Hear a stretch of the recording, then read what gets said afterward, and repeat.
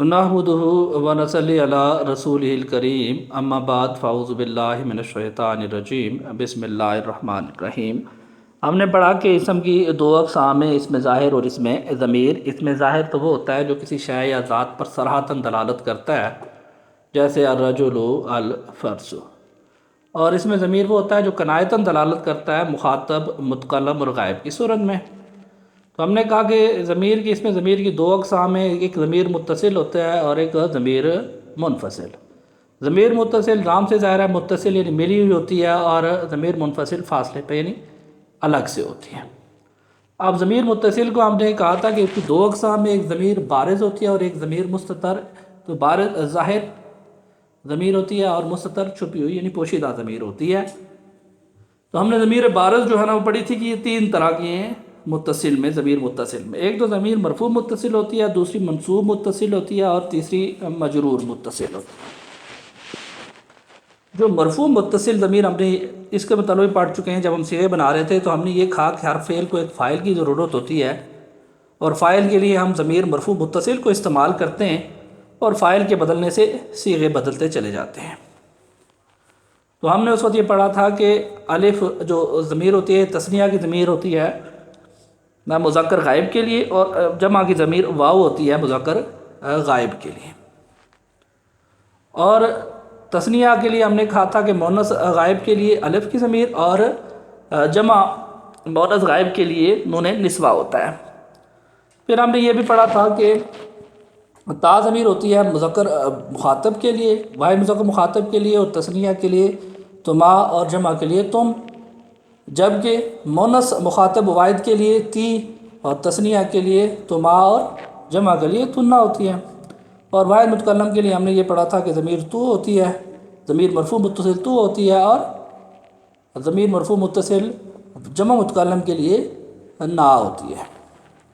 تو ضمیر مرفوع متصل کو لگاتے ہیں تو فاعل کے طور پہ کام کرتی ہے، اور فاعل کے بدلنے سے صیغے بدلتے چلے جاتے ہیں۔ پھر آج ہم نے اس کے ساتھ ایک ضمیر مرفوع منصوب متصل پڑھنی ہے۔ تو جو مرفوع متصل ہوتی ہے یہ جب فعل کے ساتھ لگتی ہے تو فاعل کا کام دیتی ہے، لیکن منصوب متصل جب لگتی ہے تو یہ مفعول کا کام دے رہی ہوتی ہے۔ تو ہم ان کو پڑھتے چلے جائیں گے۔ تو ابھی ہم یہ پڑھیں گے، ہم نے ایک صیغے بنائے ہوئے ہیں، گردان بنائی ہے، ہرا کا ایک فعل ہے، اور اس کا مطلب ہوتا ہے اس ایک مذکر نے جلایا، اور اس میں پوشیدہ ضمیر ہوتی ہے واحد مذکر غائب کا صیغہ ہوا ضمیر، تو اس ایک مذکر نے جلایا۔ جب اس کے ساتھ تثنیہ کی ضمیر مرفوع متصل الف لگتی ہے تو بن جاتا ہے ہرا قا، ان دو مذکر نے جلایا۔ جمع کی ضمیر لگتی ہے مذکر کی تو بنتا ہے ہراکو، ان جمع مذکر نے جلایا۔ حرکت، اس ایک مؤنث نے جلایا۔ حرکتا، ان دو مؤنث نے جلایا۔ اور جب اس کے ساتھ نون مذکر مؤنث جمع مؤنث کی ضمیر نون نسوہ لگتا ہے تو حرکنا بن جاتا ہے۔ اور اس میں ہم نے ساتھ میں لکھی ہوئی ہیں منصوب متصل ضمائر بھی، کہ ہو، ہما، ہم، ہو اس ایک مذکر کو، ہما ان دو مذکر کو، ہم ان جمع مذکر کے لیے استعمال ہوتا ہے ان جمع مذکر کو، ہا اس ایک مؤنث کو، ہما ان دو مؤنث کو۔ یہ تثنیہ کی ضمیر ہے منصوب متصل، اور ہنہ جمع مؤنث کی منصوب متصل ضمیر ہے۔ اور جب یہ اس کے ساتھ لگے گی فعل کے ساتھ تو یہ مفعول کا کام دے گی۔ مثلا ہم حراکہ کے ساتھ لگاتے ہیں ہو ضمیر تو بن گیا حرکہ ہو، تو اس ایک مذکر نے جلایا اس ایک مذکر کو۔ یا پھر ہم یہ کر لیتے ہیں حرکہ یعنی ان دو مذکر نے جلایا، تو حرکہ ہم ان جمع مذکر کو، حرکہ ہم تو ان دو مذکر نے جلایا ان جمع مذکر کو۔ تو اس طرح یہ مفعول کے طور پر کام کر رہی ہوتی ہیں۔ اب ہم دیکھتے ہیں حرکتا۔ حرکتا ہم نے یہ کہا تھا یہ تا ضمیر جو ہوتی ہے نا یہ مذکر غائب کی واحد کی ضمیر ہوتی ہے، اور جمع مذکر غائب کے لیے ضمیر ہوتی ہے تما، اور جمع نہیں تثنیہ کے لیے تما، اور جمع کے لیے تم ہوتی ہے۔ تو یہ فاعل کا کام کر رہی ہوتی ہیں۔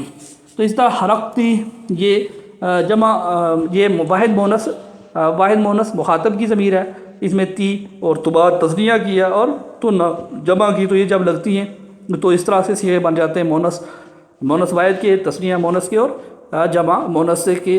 تو حرک تنا، جب تنا کی ضمیر لگی تو بن گیا حرک تنا۔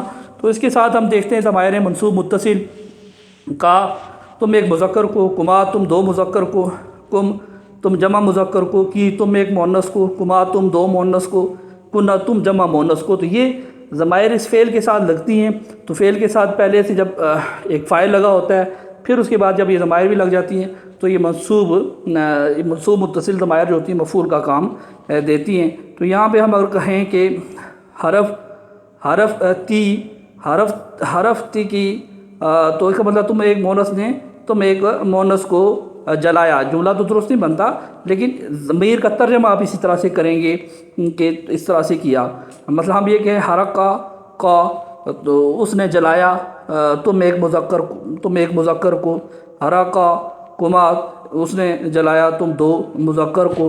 تو اس طرح فاعل کا طور پر کام کرتی ہیں ضمائر مرفوع متصل، اور ضمائر منصوب متصل جو ہوتی ہیں یہ مفعول کا کام دے رہی ہوتی ہیں، اور مجرور متصل جو ہوتی ہیں یہ اسماء کے ساتھ اور حروف کے ساتھ آ رہی ہیں، تو اسماء کے ساتھ جب لگتی ہیں تو مضاف الیہ کے طور پر اس کو کام کر رہی ہوتی ہیں، اور حرف جر کے ساتھ مجرور کے طور پر آ رہی ہوتی ہیں۔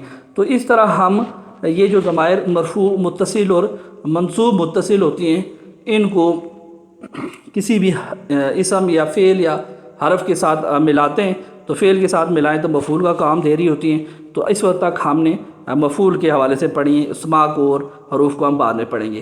تو یہاں پہ ہم نے ایک واحد متکلم کا حرکتو، حرکہ سے جب ہم تو ضمیر لگائی اس کی مرفوع متصل تو بن گیا حرکتو، تو میں ایک مذکر مؤنث، کیونکہ مذکر اور مؤنث دونوں واحد متکلم کے لیے ایک ہی صیغہ ہوتا ہے، تو اس نے کہا کہ حرکتو میں ایک مذکر مؤنث نے جلایا، تو نی اس کے لیے منصوب متصل ضمیر ہوتی ہے، جب اس کے ساتھ لگے گی تو اس طرح کے کسی بھی لفظ کے ساتھ جو اس صیغے میں آ رہا ہے اس کے ساتھ جب نی ضمیر لگ رہی ہوتی ہے تو منصوب متصل ہوتی ہے، تو وہ بحیثیت مفعول جو ہے نا وہ کام کرے گی۔